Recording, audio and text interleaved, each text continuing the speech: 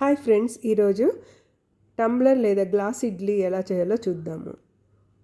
ముందుగా ఇడ్లీ పాత్రలో 2 గ్లాసుల నీళ్లు పోయాలి. అడుగున ఒక ప్లేట్ కానీ రింగు కానీ పెట్టుకొని దానిపైన ఒక లోతైన గిన్నె పెట్టుకోవాలి. ఇప్పుడు ఒకే సైజులో ఉన్న చిన్న గ్లాసులను తీసుకోవాలి. వాటిలో నూనె అప్లై చేసి పెట్టుకోవాలి.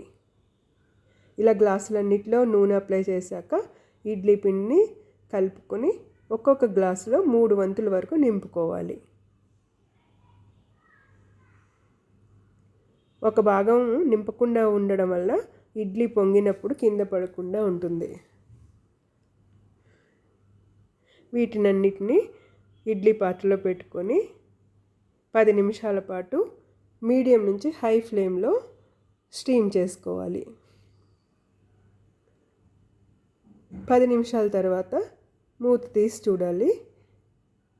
ఒక గ్లాస్లో నైఫ్తో కుచ్చి చూస్తే నైఫ్ క్లీన్గా వస్తే ఇడ్లీ రెడీ అయినట్టు. చూడండి, నైఫ్ క్లీన్గా ఉంది కదా. ఇప్పుడు మన ఇడ్లీలు తయారైపోయాయి. వీటిని పక్కన పెట్టుకోవాలి. నేను ఇదే గిన్నెలో మిగతా ఇడ్లీ పిండి కూడా వేసి స్టీమ్ చేసుకుంటున్నాను.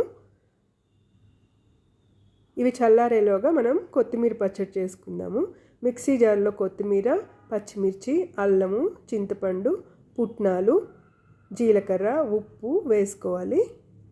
కొంచెం నీరు వేసుకొని మెత్తగా రుబ్బుకోవాలి. ఇష్టమైతే తాలింపు వేసుకోవచ్చు. నేనైతే తాలింపు వేయలేదండి.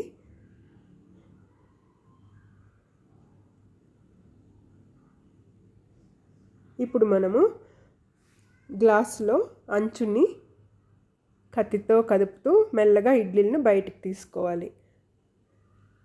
మనం వేడిగా ఉన్నప్పుడు తీస్తే ఇడ్లీలు విరిగిపోతాయండి. ఇప్పుడు చూడండి ఎంత బాగా వచ్చాయో.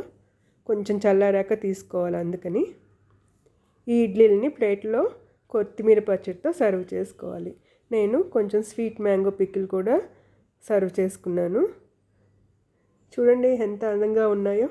మీరు కూడా తయారు చేస్తారు కదా. Thank you.